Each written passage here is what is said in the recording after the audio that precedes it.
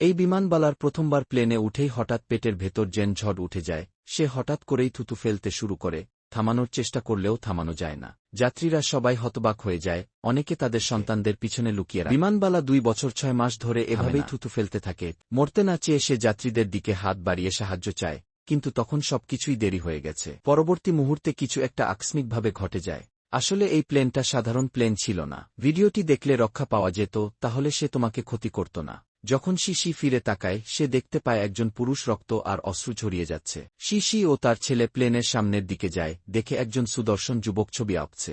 দেখা যায়, চাচি।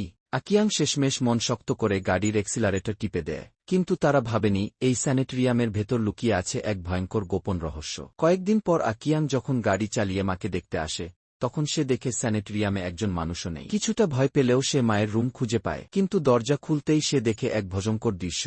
তার মায়ের শরীর ছিন্নভিন্ন হয়ে পড়ে আছে, মুখে প্রশ্ন, তুমি কেন আমাকে ফেলে দিলে? ভাগ্যক্রমে এটা ছিল একটা দুঃস্বপ্ন, কিন্তু মাছেলের আত্মিক সংযোগ ছিল। আকিয়াং মায়ের অবস্থা নিয়ে খুব চিন্তিত হয়ে পড়ে।